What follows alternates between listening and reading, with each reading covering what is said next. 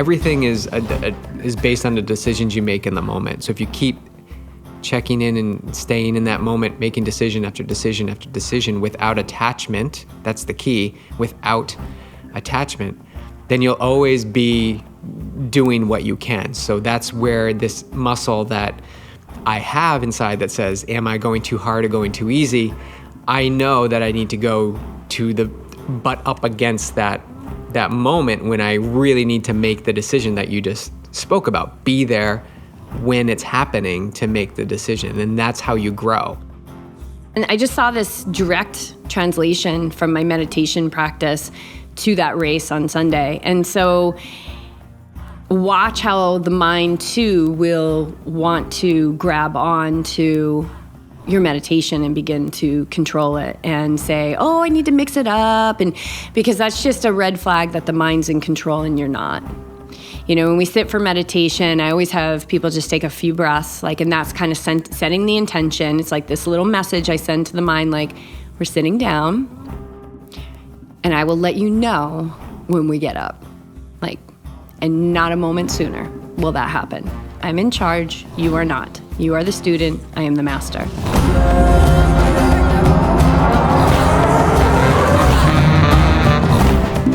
Welcome back to the Yogi Triathlete Podcast. We're Jess and Beej, and we're here with our September Osho. Is it our September Osho? It is our September Osho. Welcome back, you guys. Thanks so much for having a listen. And I think we're pretty grateful that the whole studio is not on fire right now because, well, if you're on the video, then you can see him holding up this Palo Santo that we just got. And I was cleansing the studio and got quite the flame. And now there's what did you say? There's embers. Oh, yeah, there's one right over my head. About 5 minutes earlier, I lit the remnants of the old one, which is about this big. That's so you, like the nubba. And we just got a little bit of taste of the Palo Santo in the apartment, but just proceeded to that was light a log. Torching. And then I blew it out because you're supposed to let the flame go out on its own, but it's a new Palo Santo.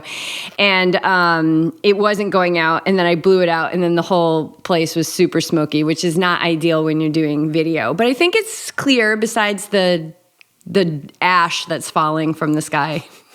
But it's fine. It's all good. It's out now. And I think it's a metaphor for us and how we live our life. You had the little nubba, and it was a nice little controlled burn.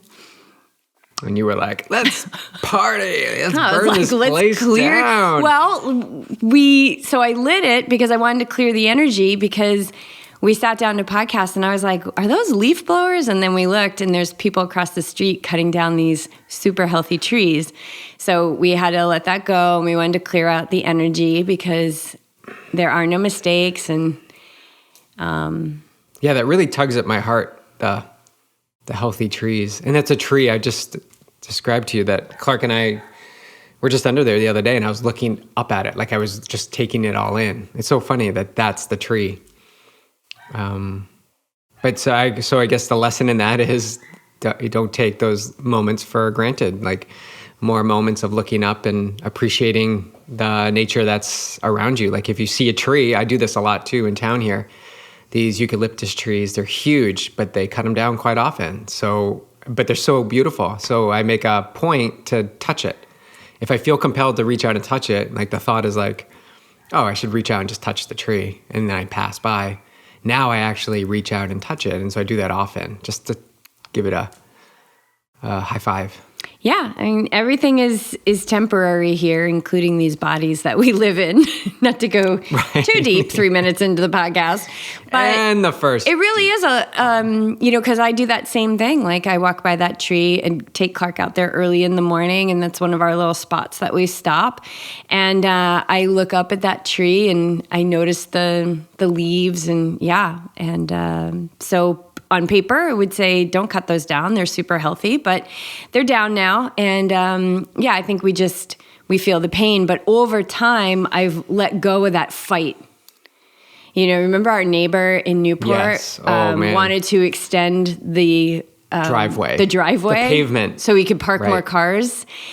And there was this gorgeous Japanese maple, like mature, beautiful Japanese maple. And it was like a 3-day murder. It was like first the limbs came off, and then it was just like standing there, it was so painful. And I was 100% attached. I was like in tears one day because I was like, could feel the violence of it. And, but I think that was a potent lesson in letting go, and so it continues, right? This life is a passing show. So speaking of the show, here we are, Osho, September, where we answer your questions. We get some questions this month. Thank you so much for sending them along, and then we'll just roll with topics as they come, because we're just always coming up against. Not up against, but coming up to face really great questions from our athletes, and also topics that you and I go deep on as we watch the athletes that we work with navigate through those things. So we'll see what comes up in this episode. What we work through in our experiences. You raced on Sunday, and I had a swim this morning. That was challenging, and Saturday too, a workout. So in our experiences, we're living it. You always stress that, like we're actually putting ourselves in these experiences to learn from them, as well as take in what our athletes are. There's no way doing. I could speak, I think, with the authenticity and the passion and the confidence in which I speak if I was not walking the talk. This is a journey of ups and downs. And what I've discovered is that I'm in charge of how up and how down I go. And it's really about interrupting patterns that show me when I get pulled up too high, when it shows me when I get pulled down too low, interrupting those patterns and coming more towards that center line where I can really experience life as it is, which is just this rich itinerary, and really experience that those trees getting cut down across the street, like that brought up pain for me. So that's like, oh my gosh, thank you. Like that experience showed me that allowed some pain to rise up, and then, but good thing I burned that Palo Santo and get it all cleared out. Yeah. Which is wood, which probably came from a tree, I'm assuming. Yeah. Probably. So full circle. Right. So yeah, where am I doing that? I just burning wood. It's not. It's a perfectly imperfect journey. Well, and I think the gold in it, or the takeaway, is like to feel it, feel that pain, feel the emotion, but then not attach to it, and just feel it in the moment, and then move forward. And I think that's something I work on a lot. We just talked to Bob about it too. Like being able to feel the emotions, but then move forward in your time, what your relationship is to that experience. I would say, I feel like it's just been the last 3 or 4 years that I've really began to embody and fully understand how to work with emotion. I think when I first started on this path, it was like, oh, you can't be negative. You can't feel sad. You can't be angry. You can't be jealous. You can't be all of these things. And so then, and this was like a warning that we got in yoga teacher training too. Like, you're going to leave and you're going to have pressure. Like, you need to be a spiritual guide now that you're a yoga teacher, and that's crap. Like, be yourself. It takes no effort to be you. And that took a lot of undoing, because I was like, whoa, there's a lot of effort to be me. And now I understand that the feeling is true. And so you got to sit with that feeling, and sometimes it lingers for days. But the thoughts about the feeling, we talked about this with Dr. Dia Grant, the thoughts about those feelings, I've found are 100% untrue. So I could also say they're rarely true. And that they're just stories. They're just stories. But if we let it come up, we feel it. And I think there's the non-attachment, because we're not engaging in the commentary about them. And also, it's not about not having commentary about them, right? So feel, like we were never taught to feel, not at all. When we were babies, we got a thing stuck in our mouth that, we said to calm the baby, but really it's just more convenient for society for a baby not to be crying. Like, we are not taught how to feel. We're not, as a society. And so what those things do is they teach us how to push our emotions down. So if you're walking this path and you start to open, know that there could be an eruption of a lot of things coming up, but it's just stuff on the move. Emotion is just energy in motion. Yeah. Yeah. Everything's energy. Those feelings, because I just had this thought about stories. Like, you have the feeling, you attach it to a story, and then you can label it, and now it's categorized. And then you repeat that process over and over and over again, so that you're never actually feeling, you're skipping to the categorization of it. And then you don't really have to think about it. Well, that's the efficiency of how we're built, right? The machine of our brain, the machine of our body. And it's amazing. The efficiency, there's so much that we're doing in that efficient mode that's good. Getting up and getting in my meditation cushion is a non-negotiable, like it's an automatic pattern. It's a least action pathway. That's good. Getting to the pool, jumping in, starting your workout. Yeah, that's automatic. Good. Those are good. But there's other ones that we want to look at. And so how do we know which ones that we want to start to look at? And that is, how do you feel? Because the more fearful you feel, the more angry you feel, the more depressed you feel. It's just direct. Actually, Meditator Bob was just talking about this morning, and it's something that Abraham Hicks talks about a lot too, is how you feel is in direct relationship to how aligned you are with who you truly are. And that's why it takes no effort to be you. Yeah, that's a profound, I forgot about that in yoga teacher training. It really does. Philip would say that a lot. But to embrace you is scary. I think that's, we've talked about that, just like using all your energy to be that persona that you want to be, that you put out into the world. Let's just say your Instagram handle, like you want to be that person. But if you backtrack and just sort of get to the roots of what the essence is of who you are, and allow that to be who you are, not based on anticipated judgment from others, then it's really super easy. It's really super easy. Like, I wouldn't say I'm 100% there, but I'm closer than I've ever been in my entire life. And the reason I know that is because it's no effort. Like, I don't feel like it's effort to talk or to speak or to act or to move or to navigate this life school that we're in, Earth school. Like, I feel like it's presenting opportunities, and then you just simply feel your way into what your reaction is. It's really that simple once you get to the side of being who you truly are. So how do you know who you truly are? How do you know? Experience. Yeah, you have to experience it. And the shifts of becoming more of who you are, coming back to that center, is only going to be learned through experience. It's an experiential path. So we can talk about yoga all day long. We can talk about enlightenment all day long. We can talk about mind mastery all day long. We can talk about changing mindset around injury all day long.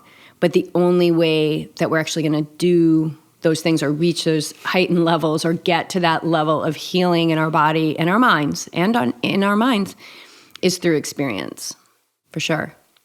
Yeah, I mean, I'm not immune to it. I mean, since this is the Open and Honest show, I'll share something that happened yesterday. Like, I did a video in the car on the way to the pool. I put the thing in the little cup holder or whatever, so I could keep my eye on the road. And because this stuff was coming through about active recovery. And then I came home and I watched it, and I was like, ugh, it was like, I didn't like the way my arm looked. And then there was something hanging over my bathing suit. It was my body. And I was just like, ew. And I'm like, oh, my face looks old and I have wrinkles. And I deleted the video. And I was really aware of it. I was like, nobody is going to say anything about how your arm looks. And even if they notice, ooh, her arm looks fat and saggy, it's gonna help them feel better about their arm, right? And I was like, so you can just put it out there, or you can delete it. So make your choice. And I deleted it. And then moved on? Yeah, I mean, I'm not, but I see that, oh my gosh, yeah, I still have that. I was talking to an athlete a couple of weeks ago about, and this athlete's somebody I work with who's competitive in their age group.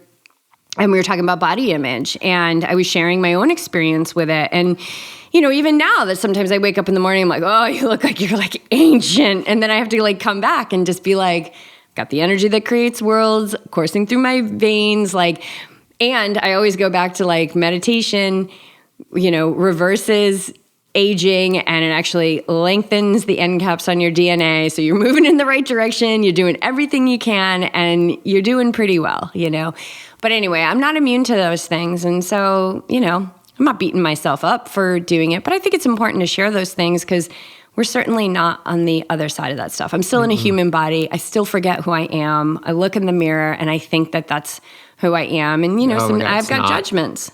Yeah. It's not who you are. I don't have judgments. The ego has judgments, Do I look better than I did yesterday or this other person or, it's just the way it is. There's that part that's always in comparison. You are always going to have it. It's just, are you going to listen to it or not? So, okay. Should we move into some questions? Let's do it. Okay. Yeah. This question came in last month, and we had already recorded the show. So it's about the Gita, the Bhagavad Gita, which we talk about a lot. And the question is, what is it about the Bhagavad Gita that calls to you versus other scriptures? Because the Gita is scripture. It's Indian scripture. So it was the book that was introduced to me by my teacher. And when I first started working with him, we talked about okay, how did you grow up? Did you grow up with spirituality? Did you grow up with religion? And I grew up Catholic. And even as a kid, I used to have a hard time understanding, why... there were so many things that didn't add up for me. And I certainly didn't understand why you had to go in this super scary, dark, closet, and then this thing slid across and you had to tell all the bad things that you did. That just never added up to me. There were so many things that didn't add up. And so I was very confused about religion, and I just pulled away from it completely. And I think a lot of the frustration that I had growing up through my teens and my 20s was I had that spiritual pull. I have always had that connection with my spirit and my soul. And it was I didn't know where to go because I thought, well, you could either be Protestant or you could be Jewish or you could be Catholic. I just didn't know. There was all these other things. And so I think moving to Boulder really opened me up to understanding, Buddhism and Hinduism and of course, traveling to India and working with Tibetan refugees who were Tibetan Buddhists and learning so much about that. And really, it was resonating with me. The teachings of India and Tibet, these girls and men that I worked with, were really speaking to me. So when Meditator Bob and I first started working together, we had that conversation and he introduced me to the Gita. And so if I look at the Gita now, the Gita is the teachings of yoga, and yoga is the science of the mind. And if you look at all these other religions, and actually I think about the podcast that I did with Erica, Michener? Yeah, Erica, for John Joseph's partner in New York, years ago, I think maybe 4 or 5 years ago, she talks about how she did all this kind of backwards philosophizing and was really starting to backtrack all this philosophy that she was learning through karate and all of that. And she said, what she found was it all funnels back to these ancient Indian teachings, Indian scripture. And what I've also come to find out is that Jesus studied with the mystics and the yogis and learned to meditate. And there's a lot of references in the Bible. I have since kind of healed that confused relationship. And Bob and I have gone through the Bible and seeing the different areas where they're actually talking about meditation. So yoga really spoke to me, and I thought I kind of like going to the source, right?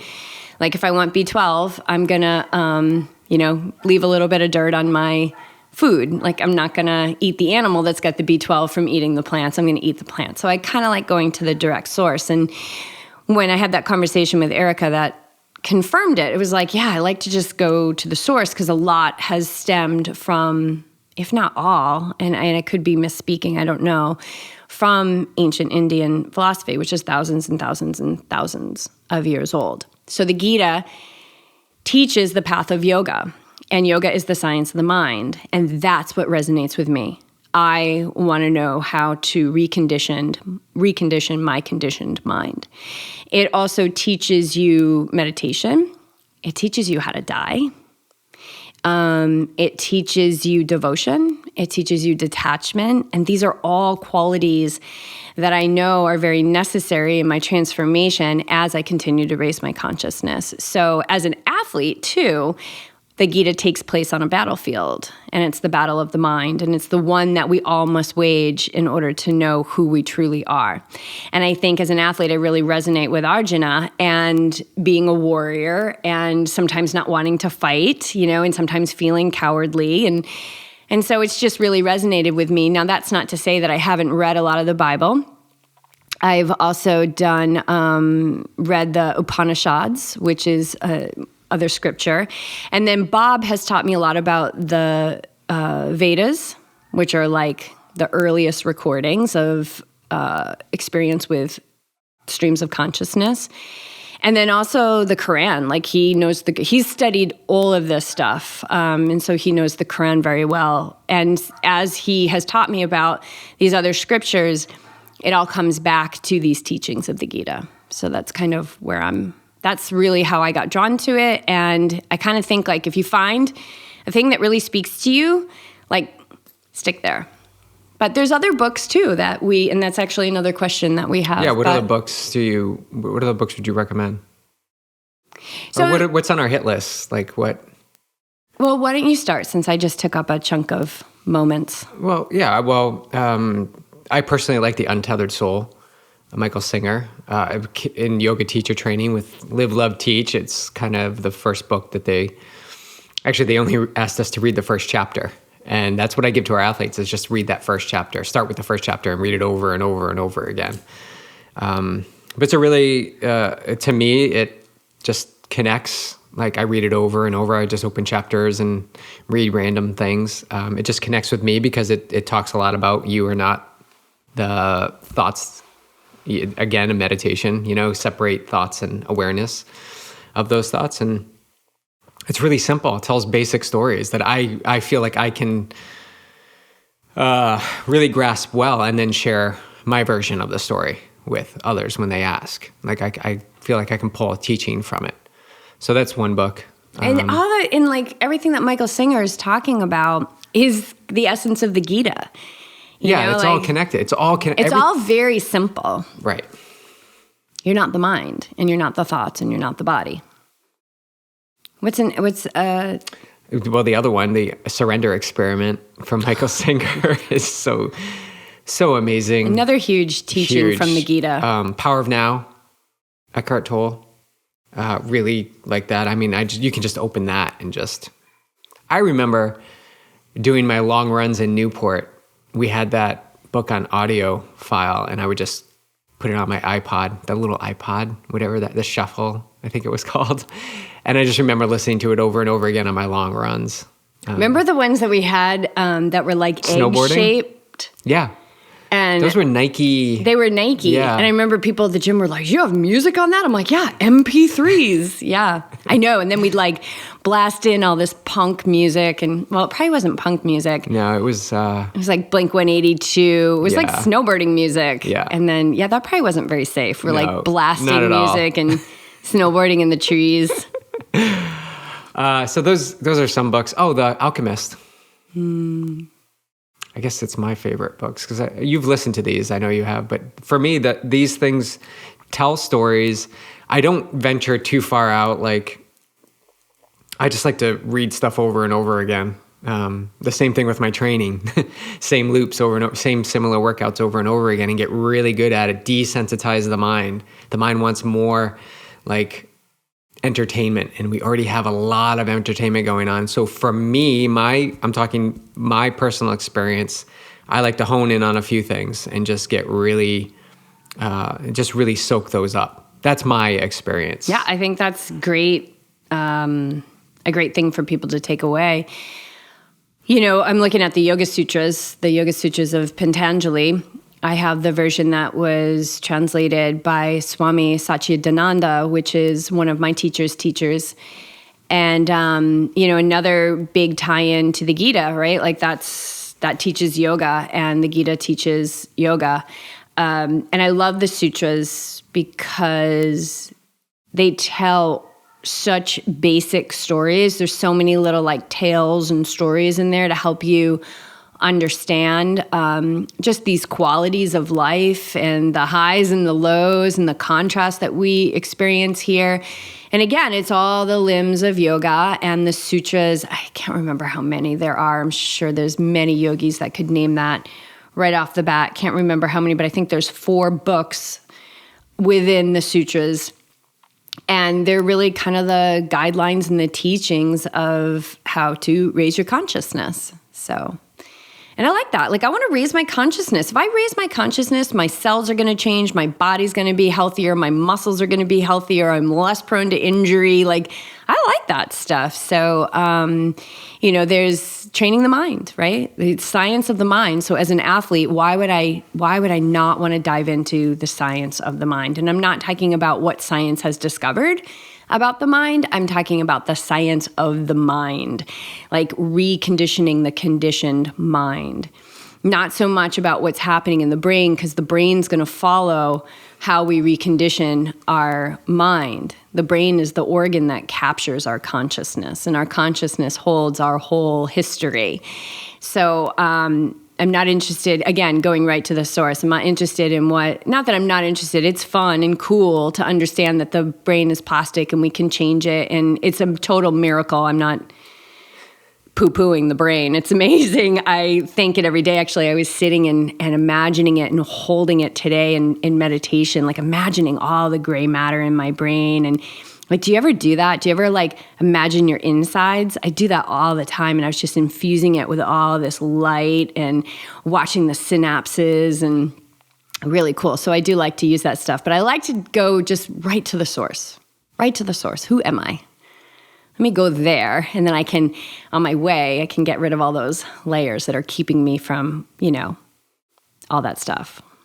Yeah, all these things are like these books are information, right? And it's great to understand this stuff, but what do you do with it? Back to our conversation about, a first step is awareness and understanding, but then it's like, how do you put that into action? Like, if you're talking about going to the source, what throughout your entire day can you shift awareness and presence to, that you can be there and choose what your next step is or your reaction is? So what is it? What can you shift your awareness to? Everything.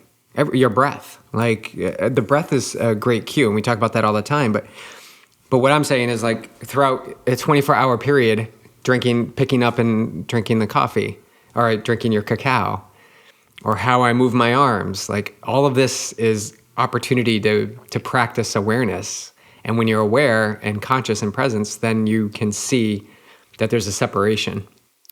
So yes, I, understand the mind, gather information, read the books that we mentioned, but for me, it's really, how do you apply that throughout your entire day? As many times as you can. You're going to be terrible at first. You're not going to be aware of everything, but if you can do one thing, a great thing is putting away the dishes or washing the dishes. Super easy thing. Everybody does it. And how can you be present in doing it? And how can you be present? Try not to make any noise. Be very deliberate with how you place the knife into all the compartment with all the other knives, and it's going to cling. Can you be really, really quiet with it? That takes presence, right? Versus trying to get it done as quickly as possible. That's just one example. So that's how you apply it. Like, and that's where I feel things get lost. Like, again, talking to Bobby, people don't want to do the work. Referencing Bobby Aldegiri, who we just had on the podcast, about people not wanting to actually do the work that's necessary. The work, the reps, over and over and over again. And so how can we apply that to our daily life? So you're listening to this podcast, you're driving, and you're like, oh, I can do that. So do it. Do it right now. Yeah, like right now. Right now. Like, feel your feet. Feel your hands on the yes. steering wheel. Are they at 10 and 2? Are they clenched? Yes. Can you relax? How are you sitting? Are you sitting up straight? Where are you looking? Are you breathing? Do you have sunglasses on? How are your rearview mirrors? Like everything that can zoom you into this particular moment. It's pretty powerful. Yeah, action. Well, and that's one of the things in the Gita it talks about, like... He's like, Arjuna, stand up, right? Like... Yeah, like get up and... I was going to say how it talks about, like, knowledge is amazing, but it's nothing without action. It's nothing. And then they would go as far as to say it's actually a wasted life. It's pretty hardcore. That's another reason I like the Gita. It's kind of hardcore. But yeah. Well, it's like the idea. Like I had the idea. Well, so did somebody else. But why are they successful? Because they actually put it into action. So they didn't steal your idea. They actually... Well, this goes to like a bigger concept, which is thoughts are not personal, they're universal. And if everything is energy, thoughts are also energy. And so the thoughts that come to us are basically a reflection of our point of attraction, because like attracts like. So that's why Elizabeth Gilbert tells that great story in Big Magic about how she had this very specific book that she was going to write, and she delayed and she delayed and she delayed. And then she had lunch like a couple years later with this writer that she really admired. It was like a hero of hers. And she was like, oh, I just finished this book, and basically tells the story of the book that Elizabeth was going to write, and was like, oh my God. So the teaching for her there was like, act on those inspirations, because if you don't, it will move on to somebody else who's open and ready for action. But how many people did it move through before it got to Elizabeth Gilbert? Like, you don't know, right? And then that can be like paranoid, like, oh my God. But then that's a lack mindset. So that would be something to pay attention to. And we're not entitled to the fruits. We're entitled to the work. So the work of writing the book, it doesn't matter if it was your book or someone else's book. You wrote the book. Did you have an experience writing the book, even though somebody beat you to the punch? Right. The world needed the book. Right. For whatever reason, the world needed the story. Matter.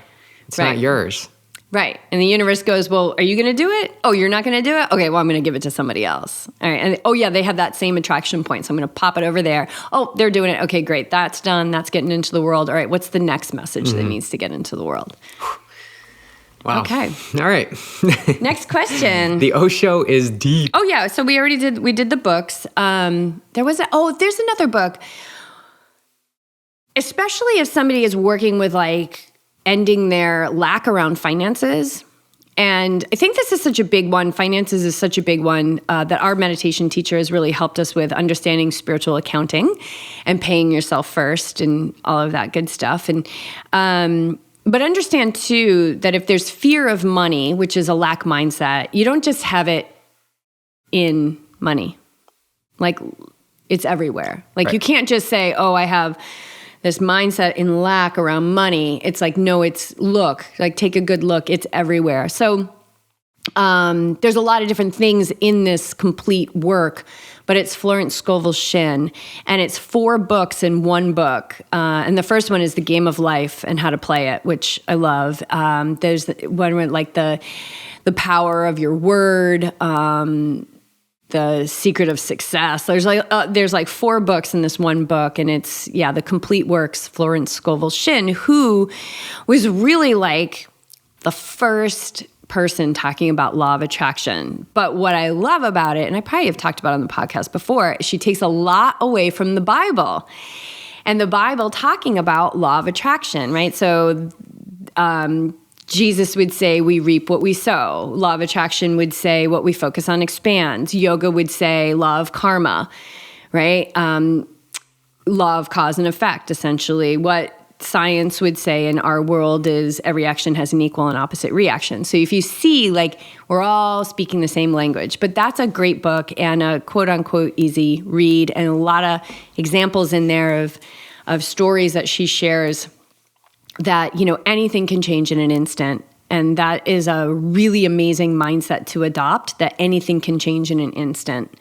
That if you have a bill due in 2 days, you got plenty of time to get the money to pay for it. Whereas we go, 2 days. But 2 days, That's so much time. Or injury. My injury in January and February, like I knew it was going to change in one instant. So if I didn't keep momentum and strength going, doing what I could do, when that moment happened, I would be further behind. But instead, I was right where I needed to be. And when that instant happened, because I knew it was going to change, it changed. And then I could flow right into rhythm. But the reason why it changed in an instant is because you believed it would change in an instant. And I had no that's proof what of happened that. with my last injury as well. It was like, this came in an instant and it's going to leave in an instant. Of course, it had been building, but you don't notice. All you notice is when you're like, what was that? I never felt that before. But yeah, anything can change in an instant. So, okay. Here's a question that you had from one of your athletes, not necessarily for the show, but something you wanted to bring to the show was, when to push and when to hold back. And I know we've talked about this before, but I want to know how you answered that. Yeah, it's a theme. It's a theme that comes up quite often. When you coach, the way that we coach, I think it comes up more often because we do a lot on feel. It doesn't mean we don't bring in the numbers, the watts, the heart rate, the pace, whatever. Those are all points of data, just different points of data. Well, so is feel.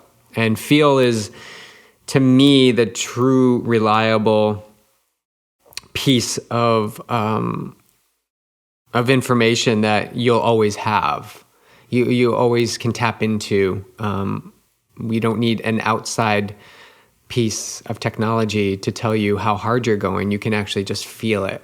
And I think that bumps up against people's or athletes' relationship with themselves, relationship with their feeling, with who they are. We got a full belly reveal As Clark over is here. like totally Chilling, ma'am. Yeah. He is aligned with his center. Oh my God, he is pure joy. This guy over here. But that feel, like the feel, and when you don't know how you feel, then yeah, I understand there's confusion into how do you know when to push and when not to push. So let's start building experiences that you can begin to explore where that area, where that fine line lies between pushing and holding back. And you're going to be great at it sometimes, and you're going to be terrible at it sometimes, and you're going to be spot on sometimes. But it's this flow of celebrating your unique gifts and managing how you feel, not how somebody else feels, not how you feel, not how I feel, or Clark feels. How do you feel in that moment? So what we do and what I did is gave this athlete a pretty challenging workout.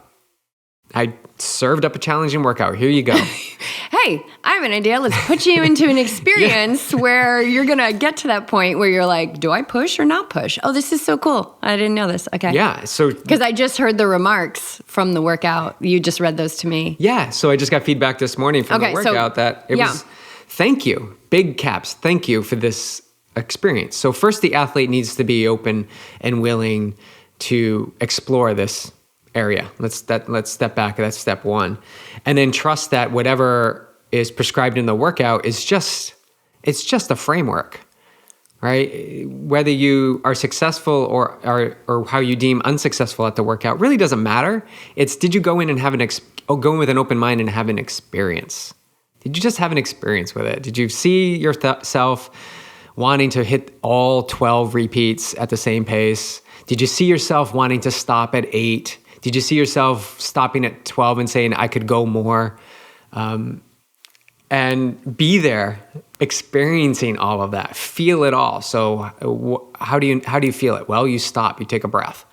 Do the interval, don't look at your watch, stop it, take a breath. How did that feel? Oh, it felt kind of good. Okay, so we got another one in about a minute here. Okay. Go right into the next interval. And then just keep repeating, checking in with yourself, constantly reinforcing. How am I feeling? Now, don't look at the watch, but how am I feeling? What does it feel like? Do you feel anger? Do you feel joy because you're hitting your paces? Do you feel joy because you're outside and able to run on beautiful Southern California day? And then I gave the athlete after that a little rest and then a 1 mile best effort. So you're not done after the intervals. Like now you've got to perform a 1 mile effort. And so what the mind wants to say is why? Like, well, after all that, why would we want to, like, why am I doing 1 mile? Like, what is the purpose of this? It wants to know. It wants to create a story around it. Then it starts to go into, oh, I used to be able to run a mile at this pace. I wonder if I'll be able to run a mile today at that pace. Well, and I think to know when to push and not to push, like you got to know how it feels to push. So I would think that that mile best effort is a part of the push. Like, okay, here's the push. So how hard is hard? Well, you just did 12 intervals. Go see how hard 1 mile is. It's going to be different. I can't say, I can give structure and give parameters, but in that moment, you're going to feel your way into how hard you can go. I think we sell ourselves short that we don't have the intelligence to know. And when we say, how do you know and how to know when to do this or to do that, it's like in the moment that we're asking that, rarely are we in the situation where that question is right up against our face. It's usually after a workout, after our shower, or before a workout. Well, how am I going to know when? Well, the only time you're going to know when is when you're in it, right? Is when you're in it. I actually think the plank challenge is a great example of this in my own experience. Was like, I made that commitment. I saw that it was doable, but I definitely like came out of that challenge a little scathed. Like I definitely was like, oh man, I'm going to need to recover from this challenge. But I also knew, like, I also was feeling what was happening, and I was like, it's just tension. Like I'm not injuring myself. This is nothing that is going to be long-term, because I could feel that from within. So I kept going and I kept pushing every day, kept pushing 29 minutes, 30 minutes, 31 minutes. And then we were done. And I feel like I'm actually kind of have recovered. It's been about a week now, but I definitely had some upper back stuff and shoulder stuff. But it was only in that experience that I knew, like, yeah, you can do it. Like today, like right now, not even today, but right now, it's going to be 1 minute at a time. And then the next day it was like, oh, I can do 5 minutes at a time. So by putting this athlete in the experience, they got to learn a little bit more about how it feels to push. And it was helpful for them to hear the story that I shared on the Team Live about my experience in Placid. And just to sum it up, you've heard the story before, but we were in Lake Placid to start the High Vibe Tour, and we were training on the course for about 6 weeks in preparation for Ironman Lake Placid. And the Monday before the race, I came down with some sort of illness in my body. I don't know what it was, but we had to move into the hotel. I couldn't eat, and I was in the bathroom a lot. And that continued on. I couldn't train, and I didn't know if the race was going to happen.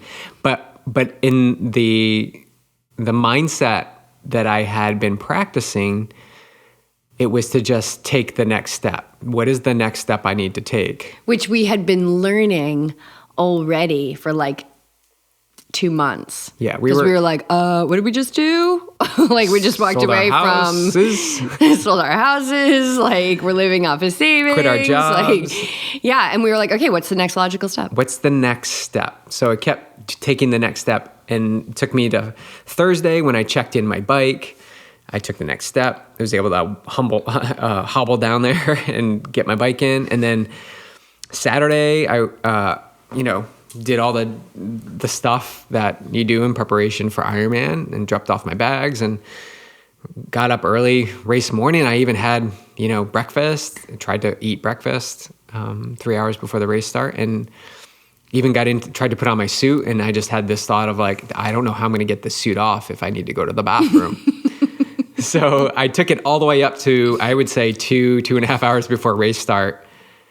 So about 6.5 days there of doing everything I could in the moment to get me prepared, and it just didn't pan out. Come to find out, I think it was like 24 hours later after the race, or 48 hours after the race, I was fine. Like thing had passed, and I was ready to train again. And there were a couple from the clinic that you were going to get IVs. Yeah. You were losing weight. You were so dehydrated. Yeah. So again, doing everything you could. You were like riding your bike to the like the emergency clinic to get IVs because you didn't want to lose the parking space. That's right. That's so Lake Placid. And riding home, and I remember like the nurse or something was telling you like there's a couple other guys that came in. Yeah, there's something going around, whether in the water or something happening. Yeah. In any case, what that did is it built belief. It provided an experience for me to soak it all up, to be there to make choices, and to build that muscle memory inside of me that says there's really nothing that can hold me down. Everything is based on the decisions you make in the moment. So if you keep checking in and staying in that moment, making decision after decision after decision without attachment, that's the key, without attachment, then you'll always be doing what you can. So that's where this muscle that I have inside that says, am I going too hard or going too easy? I know that I need to go to the butt up against that moment when I really need to make the decision that you just spoke about. Be there when it's happening to make the decision. And that's how you grow. And you don't attach to the outcome. Obviously, like if I attach to, oh man, I didn't get the race, it sucks, it's terrible. But instead, what did this whole experience provide me? It said it was a temperature gauge into how well I can navigate challenging circumstances. And that's just one instance. I mean, that can translate to challenging swim sets or, navigating race day when, somebody cuts you off or is drafting. All of this is relatable. It's all the same thing. It's how we react. It's being active participant in the decision-making process when it's happening. And so obviously I'm assuming there was emotion. I actually can't remember, but I do actually remember you being like watching this all go down and being like, oh, it's being pretty masterful. Like this is pretty impressive how you were navigating it. But that day, right, like everybody's out racing, but you didn't just pull up the covers and watch movies and roll around. Like you took a shower, got dressed, and went out and cheered people on, which you guys, if you're in a situation where obviously there was a loss there, you were planning on racing, there was a loss. But one of the ways that's really good as we're feeling feelings that are less than optimal is one of the ways to help process that energy to just put yourself in service of others. And so you did that day. You went out and cheered people on. Yeah, I was so glad I did.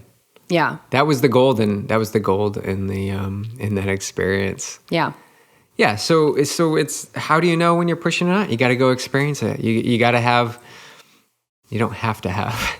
It's great to have a coach or a mentor or somebody that can help guide you into the experiences that, yes, they keep you safe. You're going to be safe, but they are going to be challenging. They're going to ask you to step up. The same thing you do with your mindfulness clients. Like you're not just like, if you want to meditate 5 minutes, go ahead and meditate 5 minutes. No, there's things you have to provide every day to be on this warrior path. Because I don't have their answers. They have their answers. Right. So I'm just pointing them in the direction. I'm not there to tell people what to do. Although sometimes I'm like, I did tell an athlete that I work with a couple weeks ago, I was like, sit your ass down and meditate. So sometimes that comes out. But sometimes you need that. You need kind of a swift kick, Sometimes you need that. Sometimes I need that. I've had that from my teacher before. But yeah, you got to put yourself in the experience. And it makes me think of, there's an episode I did season 2, intuition versus mind stuff. And really intuition is learning from within. And so we're not another thing that we're not really well versed in is really being able to hear that voice from within because it's very subtle. So meditation attunes us to that because it comes from the quiet. And when we are in quiet, when we still our bodies, when we shut our eyes and our mouth, and we don't move for a certain amount of moments every day, every morning specifically, we create a deeper relationship with that quiet that's inside. And when I refer to the quiet, I'm not talking about the mind, because the mind is a thought-producing machine, so it's going to continue to produce thoughts. It's like It's like that machine that shoots tennis balls and baseballs out so people can do batting practice. That's kind of like what you're doing in meditation. You're kind of like batting practice with those thoughts come in, just bat them out. Like thoughts come in, redirect your awareness to your breath, and those thoughts will keep moving. But in that episode, I give technique that you can use during intervals to begin to deepen that relationship with your intuition and hear that intuition and be able to discern that from the mind stuff during like a challenging workout. So that's in season 2. Highly recommend you listen to it. And all the episodes of Awake Athlete. Oh. Do yourself a favor. Yeah. Tune in. If you're ready. Or if you're not ready, go have an experience. Yeah, if you're not, and just take what resonates and leave the rest. We get so fixated on what we don't understand, because the mind always wants to figure it out, right? The intellect always wants to get into a problem. But what happens when we do that is we dismiss what it is that resonates, and what resonates is what we're ready to put into practice. So put that into practice. So take what resonates, leave the rest, and like the Gita, keep coming back to it because you'll take something different away every time. I don't think that those podcasts are not meant to be one and done. They're designed for binging and multiple times. That's why I keep them short. So, okay. I just want to talk real quick about, I think that's it for questions. But I want to talk a little bit about the translation of meditation to race performance. And you had that this weekend. Yeah. We have it on video. You were yeah. You were coming up cardiac hill. Yeah, go ahead. Go into the detail on that. I think it's an important piece. So, I was thinking yesterday about after Lake Sonoma, we had done a SmackDown with Liz. I think it's on our YouTube page. And I talked about how, like, during that race, that 50-mile race, which is really relentless, my mind was really quiet. I was like, oh my God. And so you kind of think like, oh, locked in, quiet mind forever. That wasn't and that's not the case, right? Like it's going to fluctuate. And it was interesting because the race I did on Sunday, the half marathon, there's a lot of chaos in the mind. It was just like, it's hot, this is hard, it's hot, this is hard. And it just kind of kept doing, like, you're pushing too hard, like you're gonna have a heart attack, like, is your heart healthy? Like there was just all this, there's a lot of mental commentary going on. It was kind of the opposite of what I experienced when I talked about that 50-mile race I did. And the intensity was up, like I was pushing as hard as I could. And, but it just hit me. I was like, for the past decade, I've been practicing focusing on my breath. All I have to do is focus on my breath. That's it.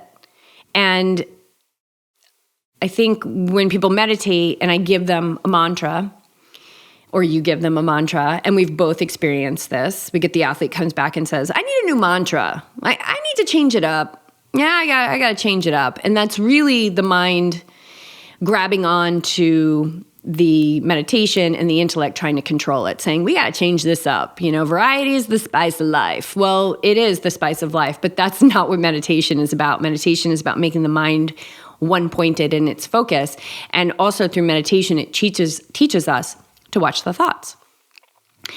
So in the simplicity of what I've been doing for the last decade plus of just redirecting my awareness to the breath, like that was just an amazing performance tool the other day during that race when I was having a lot of mental chaos, was like, just come back to the breath.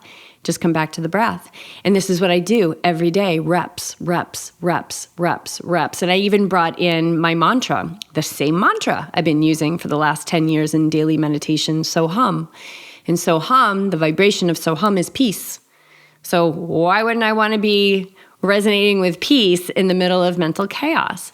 And so, I will give people other mantras, but I eventually, and sometimes right off the bat, I'll bring them to So Hum.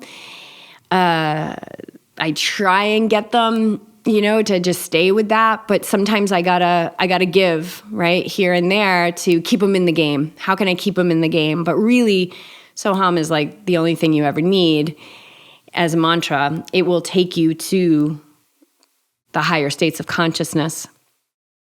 And I just saw this direct translation from my meditation practice to that race on Sunday. And so watch how the mind too will want to grab on to your meditation and begin to control it and say, oh, I need to mix it up. And because that's just a red flag that the mind's in control and you're not. When we sit for meditation, I always have people just take a few breaths, and that's kind of setting the intention. It's like this little message I send to the mind, we're sitting down and I will let you know when we get up, and not a moment sooner will that happen. I'm in charge. You are not. You are the student. I am the master. And the simplicity, right? To bring it back to the simplicity of the teaching, the simplicity of meditation. It's not about stopping your thoughts. It's about being in control of where your focus is, putting your focus time and again on what you want, when you want it there, for how long you want it there. And that is the battle of the mind, because the mind will always want to be entertained. It will want new mantras. It will want fancy breath.